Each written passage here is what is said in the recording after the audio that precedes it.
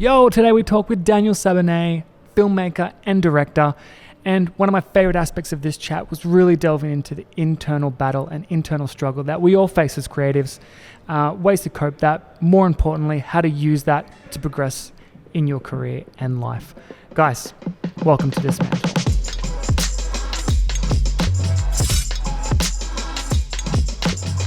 Obviously, you're shooting a Netflix documentary. As much as, there is that creative side and that, discovering those new skill sets and environments, you'd have to be thinking, if you're pushing for a theatrical release, does it open up more commercial doors? Yeah, one would imagine it would, but I think at the same time, time and time again, you do something that's amazing, you do something that's with a person of presence, it becomes old news. Yeah. So it's all little stepping stones, but the way I see it is, it's a necessary credit, it's a necessary experience for me to have to go through at this point in time to then go to the next thing. Like, for me to be a feature film director in Hollywood, I have to start somewhere. Yeah. Do you know what I mean? That's it. So everything, no matter how kind of, for me, it feels like, great, another gig. It's a cool gig, but it's a gig nonetheless. To other people, it's like, oh, wow. But, for me, it's like, it never ends, but.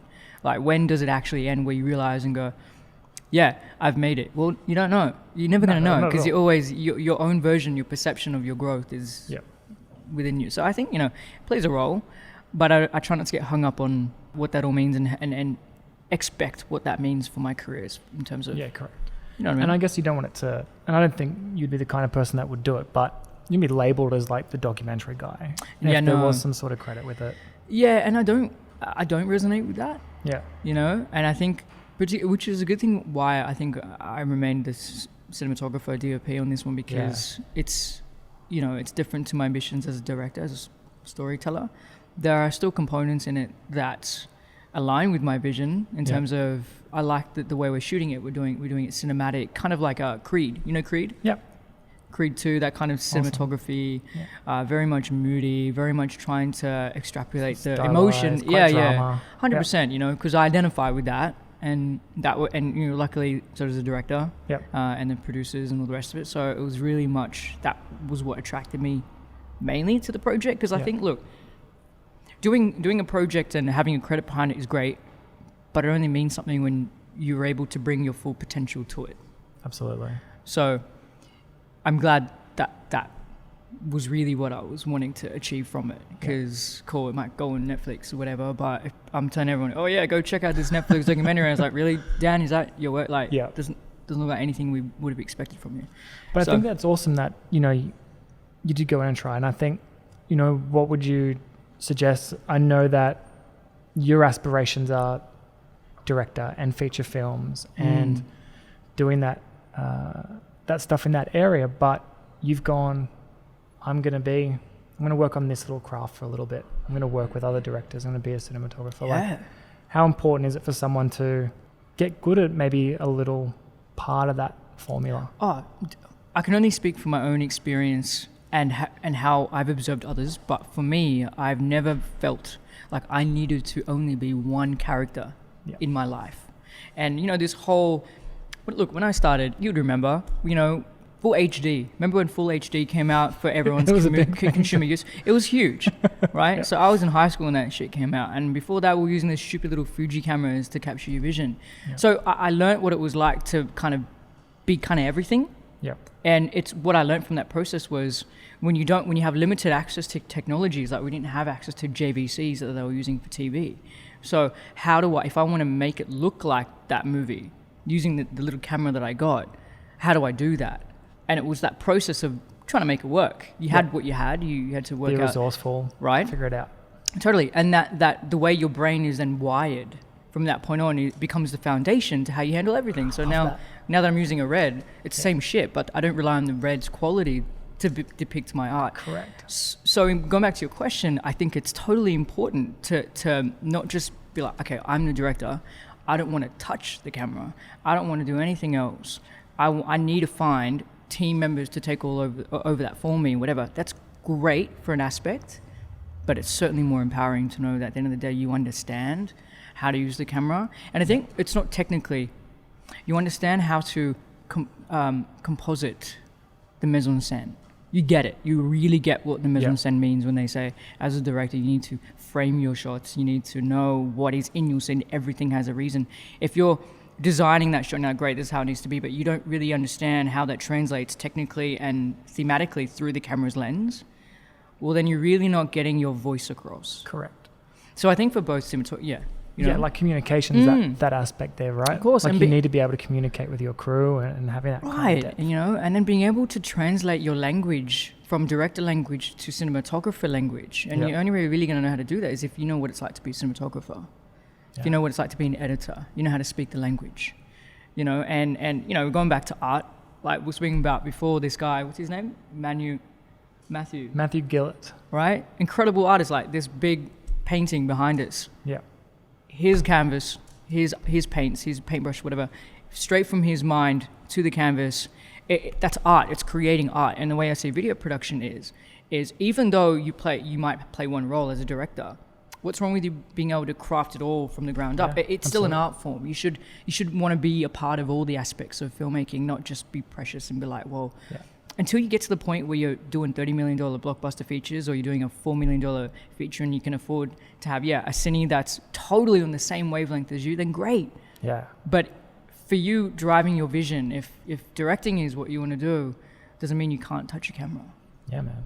You know So do you see the art as the final product? 100%. Yeah. And every aspect that's part of the actual putting together of that video needs your attention. Yeah. Unless you're like, for me with the Netflix doco, that's when you go, okay, cool. I'm the cinematographer in this scenario. My responsibility is the lighting and the camera. Yeah. And working with the director and advising in particular shots where he might feel like, you know, he needs my opinion. And that's a scenario where you go, great, I'm not the director. I can't get involved in that part of the production. And respectfully understand that. Absolutely. But then be able to translate when the director has, I've got this idea, I'm thinking this, blah, blah, blah. Be able to go, okay, I get what you're saying. I got it. Yeah. I see it like you see it. You don't even need to tell me how to position the camera. I'm going to do it. I'm going to show you. And then you tell me what you think. I love it. Great. You know, that relationship, not this whole, you know, oh, do you want to show me how you want? No, man, like the director's not going to tell you, that's you. Like you are the cinematographer. You are responsible for how you see what the director sees. Yeah. You know? No, I totally get it.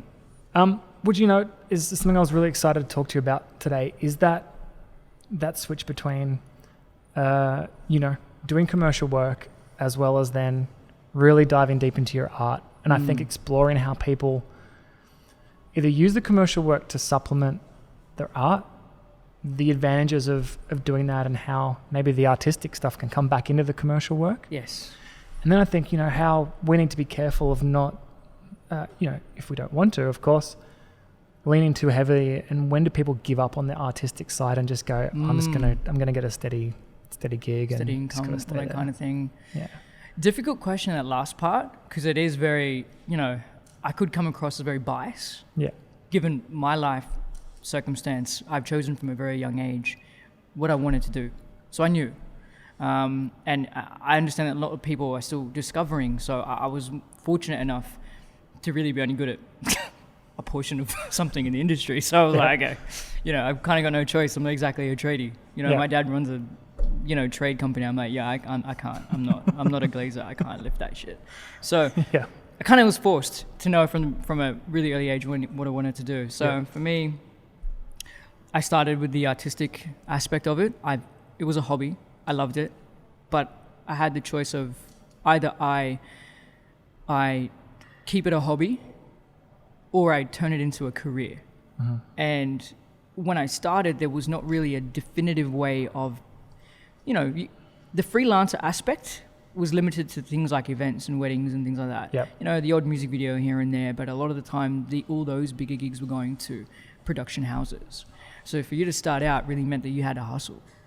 And to prove yourself wasn't technical and how to make money. It was how do you be the best creative and competitive creative you can be. It was the ideas, right? So it wasn't the you know, the flashiest camera. It wasn't the you know, how many gigs you need to get to survive. No, like your the way you thought was, what do I need to do to get into the leading production company?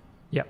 To survive, and that meant being a great creative. And then do that do that one job so well and so creatively that go that above and person beyond. then goes and talks about Right. it to somebody else. Right. And then that starts the train ball, right? Yeah. And then, and that's kind of what I did. I did that, and I started with music videos. So all the fashion aspects, I loved the fashion music video kind of stuff. I did that, practiced around when I was in film school, did a whole bunch of that thing, Then I was discovered by an A&R at the time, an A&R is a guy that kind of works with artist development, that kind of thing in a music label. Came from there. He offered me my first music video gig for a couple of artists he was managing. Yeah. Then it kind of went from there, and I was, young at the time. I was experimenting, but I knew, I was like, okay, great.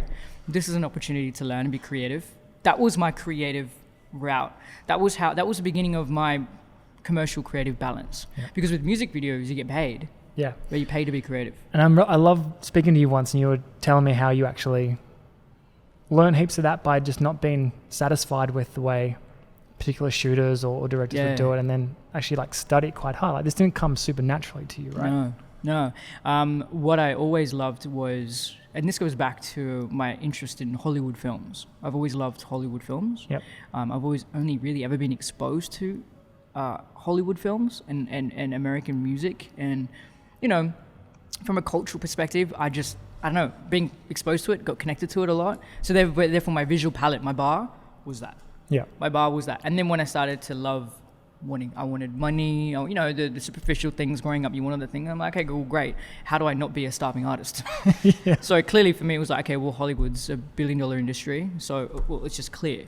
It was clear to me that that's the bar. That's where the money's at. That's where the creative's at. That's where the thing, And so music videos and creative and all that kind of thing, my choice of inspiration in directors and cinematographers and quality of work and output of work and artists as well, was not local. It was so you went international. the highest level. I you went picked straight the for people that international. have done it properly. Yeah, and a lot of the time, these were virtual mentors whereby they didn't even know they were mentoring me, but I was just watching. I was observing. That's not a bad way to approach these No. guys, right? Especially now, we've got so much connection, and you can see a lot of the behind the curtain stuff now. Yeah, and not just that. To be honest, I wasn't really exposed to a lot of behind the scenes. Yeah. I was exposed to, well, this is the end result. How did they do it? It's simple reverse engineering. Yeah. Scientists reverse engineer the human body to understand its construct. They go backwards, and they work it out. That must be how it was built. They break it apart. So you did that the same way? Of course, yeah. And I think you said an interesting thing before about building habits and those pathways in your brain. I imagine you made a lot of mistakes, and I imagine you fucked up a lot of times. A ton, and I learned. And one of my biggest things was always, I was making the work for the viewer, never for myself. So I was always watching. Yep. So I would get anyone that I could, my brother, my sister, my mother, anyone, to gauge a feeling of what people like, what people don't like. And music videos, again, was a great way for me to test the water as to my style, what people like, what people don't like. Because I personally knew what I loved. I loved horror, I loved drama, I liked all that shit. It was going to make you scared, grungy, dark. I liked booty, I like all that kind of stuff, right? The classic shit you do when you're... Yeah, booty scares me too. Yeah, you know what I mean? All that kind of thing, I wanted to film Beyonce, all that kind of stuff. So... trialing it out, I needed to know, was I on the right track? And that comes down, I guess, basically to my need for validation, as you would. As any creative needs, you need to test your environment to see what works, what doesn't. Yeah. But I was always, growing up, I was very much like, no, I like this. You might not like, but I was very much like that, right? Okay. Awesome. But at a certain time, I had to learn that, okay, maybe... I had to, and this went through spiritual growth. As a person, you grow and you go, okay, well, maybe my opinion isn't always correct. Maybe there's something I can learn from these people's perspectives that might allow me to alter and make my work more mainstream. Yep. So, but yeah, that was really that, Because I think the big thing I take away from that, and we need to emphasize, is when you try stuff and you mess up, you have to keep going, right? I think grit and resilience are just two massive personality traits that, in fact, I correct myself, they're not personality traits, they're skills. Right? Yeah. They're like a muscle, and you have to keep working on them. And man, a lot of people, they try stuff and they go, I don't have the talent, or I don't have the skills to do that. You know what the biggest thing is? Recognizing when you need to upgrade your skill. Yep. I had a trait of mine which was always I'm very competitive in a humble way, I like to call it. But I'm Do you extremely say that competitive. because you think you have to say humble way? I do. And that's because I know why. Tall poppy syndrome bullshit. That's why, right? I hate it. Yeah, that's why. That's totally why. When I'm in the States, when I'm in LA, I love it. Everyone's so like, yeah, let's different, do hey? it. Let's do this is the best thing ever. I'm like, yeah, hell yeah. And then everyone's praising you. What a great job. It's like, great. The first thing you know? they say, what can I do to help you? Right. How do we make magic together? Yeah. Right. How do we be the best And together? man, I noticed that in LA too. Right? Here it's like, oh, okay, the moment you start to look like you're doing good, oh, hang on, well, I don't like that. Yeah. I don't like that you know that you're good. Yeah. You know, anyway. So I guess for me, part of that was always, I guess, am I good enough? And I always thought about America. Am I good enough for America? Am I good enough for America? You know, what do I need to do to, you know, and then always working out, what do I need to do? Color grading, my shots, the camera. Like, what do I need to do to make my work more like that? And so if you don't recognize what works and what doesn't work, then you're not upgrading your skills. It's your eye that you're training. In this environment, the cameras mean shit. Yeah. The stabilizers mean shit. The microphone means shit. Right? We're artists. Yeah. What matters is how you get what's in here out into the world. And if you can't see that you're not translating what's here to there, or if you're not acknowledging it, or you're in your own world, then you're not going to grow. People are just going to be like, have you ever wondered why there's some people that are really great singers and then there's some people that like believe they're really great singers, like really, you know, they haven't trained their ear. And it's not like they can't be great singers. It just means that the self-awareness isn't there. And self-awareness plays a big role. Like, know where you are in the world and around there's you. the environmental aspects as well, people telling them sort of things. People being coddled, like, oh, you're amazing. It's like, well, are they? Yeah. Like, I prefer to be told I'm shit at something. You know why? Because I'll be like, great, tell me what it is I need to do better, and I'll fucking do it. You know what I mean? And holding your own expectations and then values and goals and how to stuff as well. Right? Yeah, you know, the last thing you want to be doing is like, I can't think of the most ultimate embarrassment to be like, yeah, I'm great at something and really big nerding yourself, and then everyone's like, not really, like. So I'd prefer to take a step back and be like, okay, there are things I know I'm good at, and then there are things I'm like, yeah, I'm not ready for that yet. I need more time on that. Being aware. I think, I don't even know myself, and I kind of been thinking a lot about this lately. I don't think I'll ever be good enough either. Yeah. Like, do you ever get that thing where it's like, yeah, I might hit this level, but fuck, I knew I could do more. Always. Or I knew I could make it better. Always. Every project. Yeah. Every project you do. You're like, fuck, look at the rushes. I'm like, yeah, you know, I could have done that one better. Or I could have, you know, there's always something. But then everyone else is like, yeah, great. But it's like, still, you're like, nah. Yeah, man. Nah, I can see it. You might not see it yet, but I see it. You know, and then I'll notice it in 5 years' time. Exactly. You know, so. All right, man. So I guess, you know, having said all that, was there a time where, you know, has anything happened that made you go on, fuck this, I'm just going to get a day job? Oh, yeah, dude, most recently. Yeah, tell me.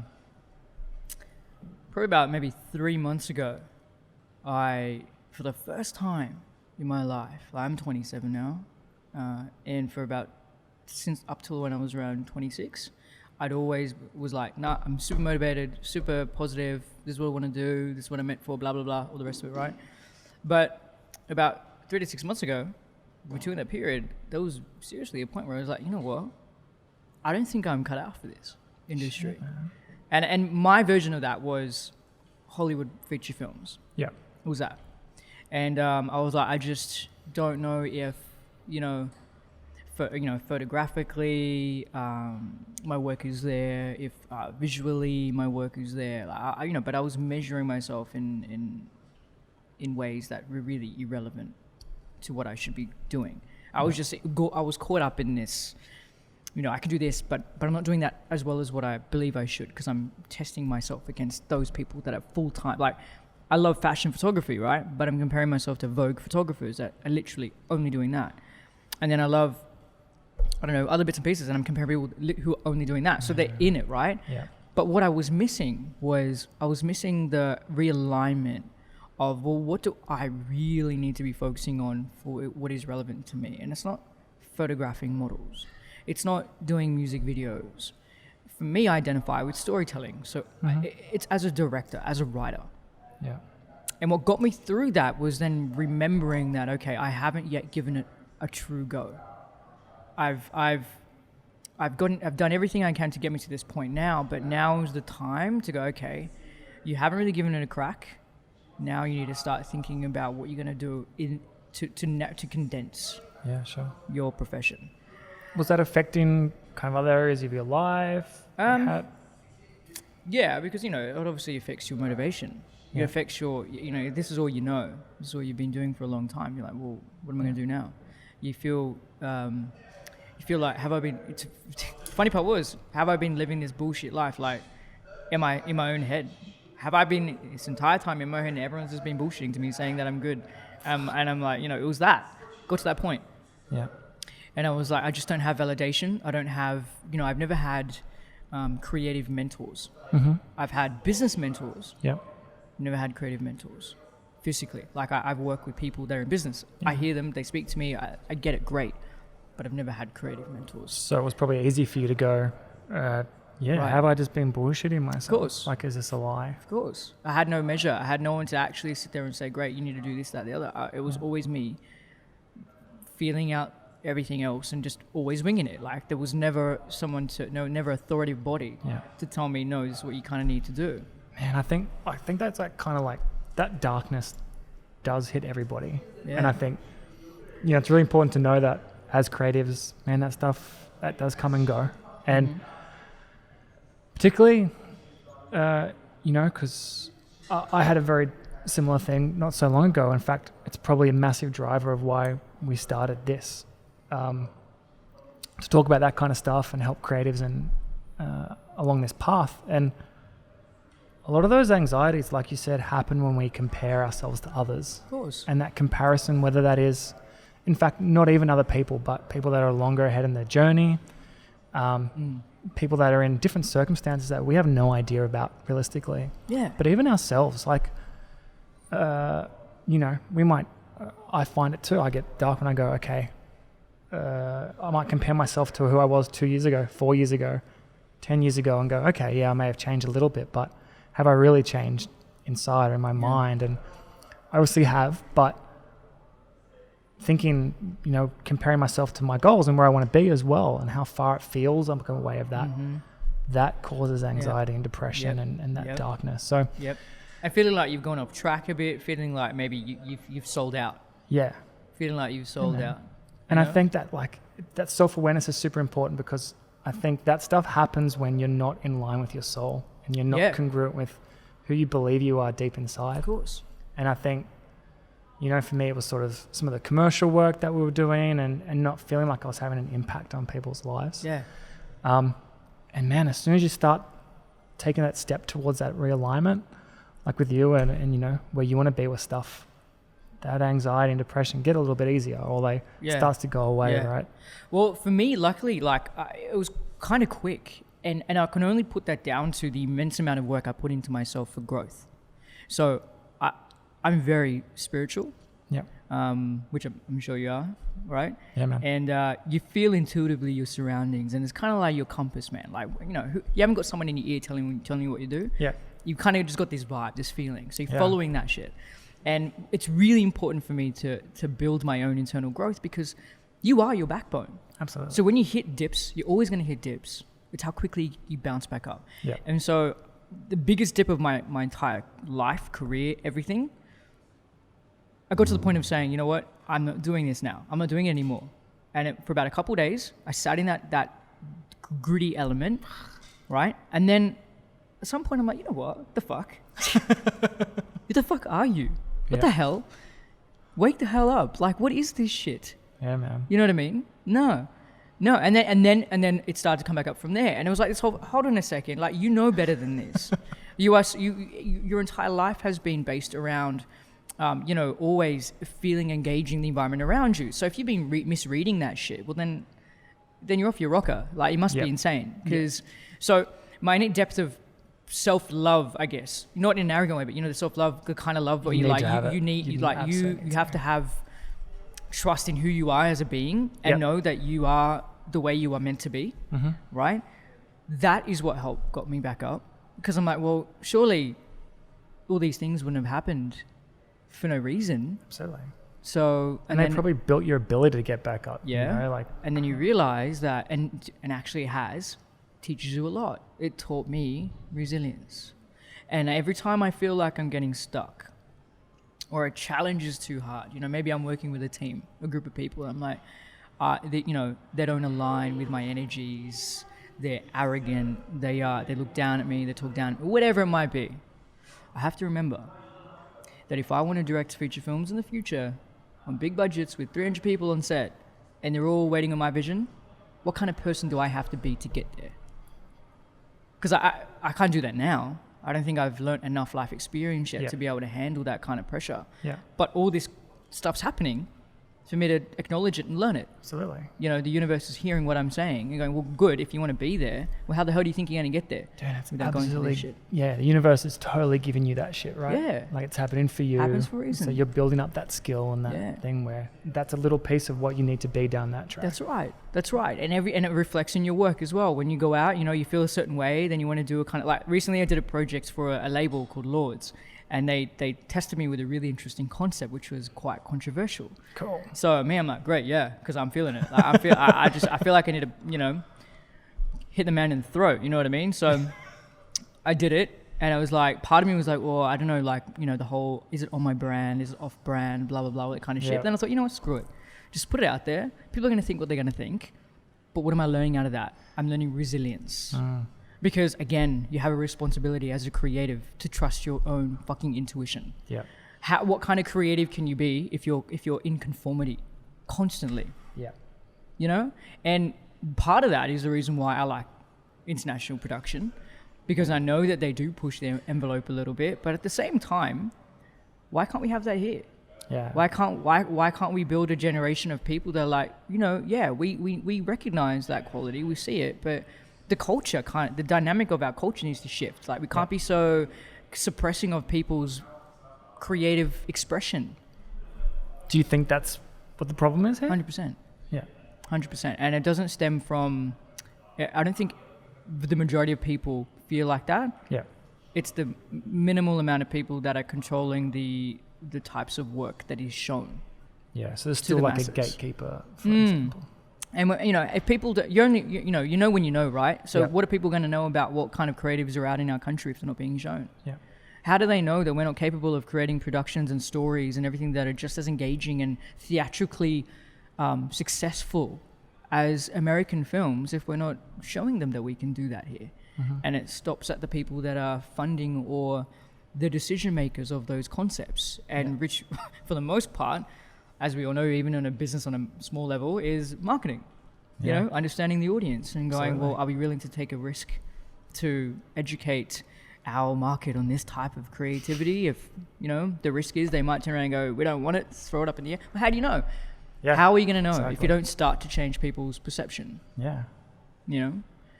So do you feel some sort of obligation to change that locally, or are you just 100% let's go I would overseas? like to eventually, but right now, definitely overseas is my market. How important do you think it is to have that big vision goal? Extremely. How do you develop it? My concept has always been, well, you know, from a mentality of just trial and error on a small level. When you work with clients, you give them a vision, they are happy with the vision, you make it your mission to make it better than what you've told them. Yep. By showing that works, change my process of my future going, okay, well, if I aim for, I don't know, the fucking light. No, if I aim for the ceiling, I might get the light. Yeah. You know, so the higher you aim, the likelihood that you're going to reach as close to it as possible. But if you're like, you know, I might be able to get the light, you know, I'd be lucky to get the light, then you're going to get the table. Yeah, exactly. You're going to get here. Yeah. But if there's no harm in going, yeah, I want that. And then, you kind of need it, man. You need to go higher. You transgress from going, I believe I can do it, you know, to I know I can do it. Yeah. I know. Plus, they're a different skill set, right? Like, well, let's keep your light and this ceiling, which is, I don't know, 10 meters. Yeah. And this thing's a meter, right? If you know you got to climb that far, you have to develop a higher set of skills to get that high, right? Yeah. So you go, okay, well, for example, a film production, you go, hey, I'm going to shoot a 10,000 film versus a $1 million film. Yeah. You need to do a lot more for that $1 million film, right? Yep. And when do you think you're going to be doing that work? You think you're going to have someone patting you on the back, rubbing your shoulder saying, here, do it? No. Yeah. go do it yourself, mate. Absolutely. You know what I mean? You get out in your own spare time. You stay up to 2 in the morning if you need to, and you make that shit work. You work it out. It's up to you. Yeah. Ain't no one's going to be there telling you the magic formula of how you're going to be successful in our industry. We don't run like a bank. There's no 5-year plan and every 5 years you get promoted to a manager, then a this, that. It doesn't work like that. You know what I mean? It's every man for themselves in this kind of vibe, and every man meaning it's up to you. Absolutely. To take control of your... it's an internal battle, right? Of course. Like you need to get that done. I think, that's sort of like your goals on a micro level. Macro too, like we need long-term big goals. Yeah. And we need vision, and we need, we tend to have vision for our projects and our stories, and we know, okay, this is the end thing I want to get at the end of a production or a film. But man, I'm starting to meet a lot of creatives who don't know what they want that to be in their lives. Yeah, a lot of finding the purpose. Yeah. And I think that comes around with, well, why are you doing it? Yep. To begin with, you're doing it for the right reasons. Like I work with a lot of artists, like musicians and models and dancers and that kind of thing. And they're an interesting kind of side of the industry because they are in the forefront of people's vision. They are out for public scrutiny, and there's all the age, lifespan and all that kind of crap that they're dealing with, right? And then their art, judgment on their art. So, and a lot of them come in with this vision and this extreme self-belief, and then very quickly it goes the opposite way. Like, I can't do it. I'm not good enough, blah, blah, blah, blah. All the rest of it shifts. And that's not because of them. It's because of the market feedback based on their own interpretations, because of maybe what 1, 2, or 3 people said. Yeah. And they put themselves out there so openly, right? Right. Like we're not hiding behind a lens or a script. And then the moment someone backlashes, I'll take the pressure off. Weird, and then you step away. And it's like, why though? Yeah. And I think that why is a massive part of that, right? Like if you understand the why of what you're doing something, it's a lot easier to shake off that kind of stuff. It's like, okay, well, it's not about them. The way that they feel is more a reflection on themselves. Right. This is my why. This is the vision I'm aiming for. Mm-hmm. And then you get a lot better at deflecting all the other bullshit. And both ways. Why am I doing it? Why am I not doing it? Yeah. So why am I even taking on that person's feedback? Why should I take on their feedback? Yeah. Why should I keep going? Why shouldn't I keep going? Yeah. Like, you gotta question your entire existence, and that plays a big role in your work as a creative, because there ain't no one, like, people trust that, oh, okay, musician wise, I'll get a record label. I'm set. Yeah. Well, not really. There's such a thing called shelving, which means that the moment you're not working from a label's perspective, they'll shelve you. And you can't take that shit anywhere else either. No, right? So there's this fear of that, and then that fear clogs their progression. Don't worry about that stuff. How about you worry about what you need to do your job, and your job is a performer. Great music, great lyric, great screen presence, stage presence. You work on that. Yeah. You work on that. You do a great job at that. Absolutely. Then you'll give the marketing teams and the labels a product to work with that will work. Well, this is when, that conversation of what's feedback, what's criticism, what's just people saying bullshit. Like, people can give you feedback sometimes that will actually work and help you with your career. So sometimes you do need to listen to some of that as well. Of course. Always listen. Always listen. I've learned to train my ear to listen to feedback based on, I guess, especially nowadays, because it's hard. Like, everyone's got an opinion about something, and you need to know that not everything someone says is going to be in alignment with what you are trying to go for or where you're heading. Yep. So it's really about going, okay, great, maybe that information I'll take it on board, I'll consider it, but it's probably not useful for me right now. And the way you decide that is, well, does that person, where is the information coming from? Is it coming from someone who would have the right or the experience or the knowledge to influence you? Yeah, it comes down to that. Because otherwise you're like, well, I don't know, you're not really in a place to kind of say it, right? But then if you're looking for audience feedback, well, then they are in the position to say. Yep. So it depends on what you're trying to do, and you need to know that. So again, it starts with you. Like, I've had people that I've worked with that's even worked for me that are not receptive and are receptive. So both, some of them opposite spectrum, not receptive to feedback because they believe that they've already hit the nail on the head. Yeah. Well, okay, it's either you take my feedback and I help nurture you, or you can find out the hard way from a client. You know what I mean? And deal with that shit. Either way, you got to grow out of it if you want to move forward. Yeah. You know what I mean? So it's that. You kind of train yourself to, I'm still learning that, man. There's always bits and pieces being thrown out, and the more you throw yourself out there, the more you put yourself out there, the more there's going to be opinions. But get used to that. Yeah, that's what it is. Awesome, man. Well, I guess what's like the big thing that you're actually hoping to learn and develop in the next year yourself? Patience, definitely. Yeah. But I'd probably say more importantly, I think for me it's building my film team.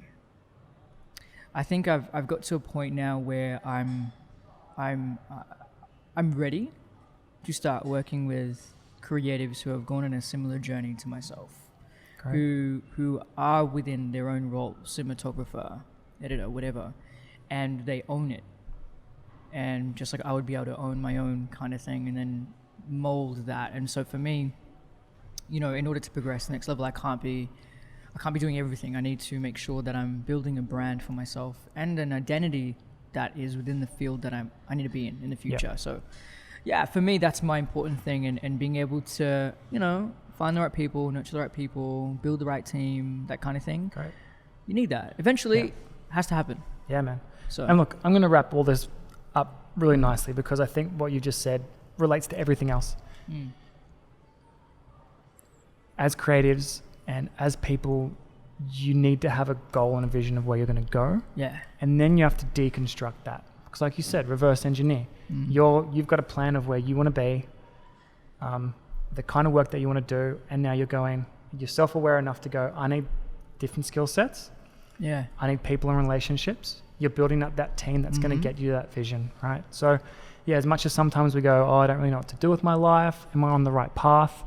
It's really important that you go, here's my vision, and then break it down to the steps that you're going to take to get there. And literally, don't fear fucking up. Don't fear it at all. You need to, man. You know how many times I've fucked up up and gone, I ain't doing that again. And then, do everything from data wrangling, to anything might be. You have to. The other side of it too, when stuff's going really well, I get freaked out. And I'm like, okay, I'm not fucking up here. What's happening? Right. But there's something else that's coming. Am I not pushing myself enough? You have to do all that stuff. Yeah. Every day reflect, Yep.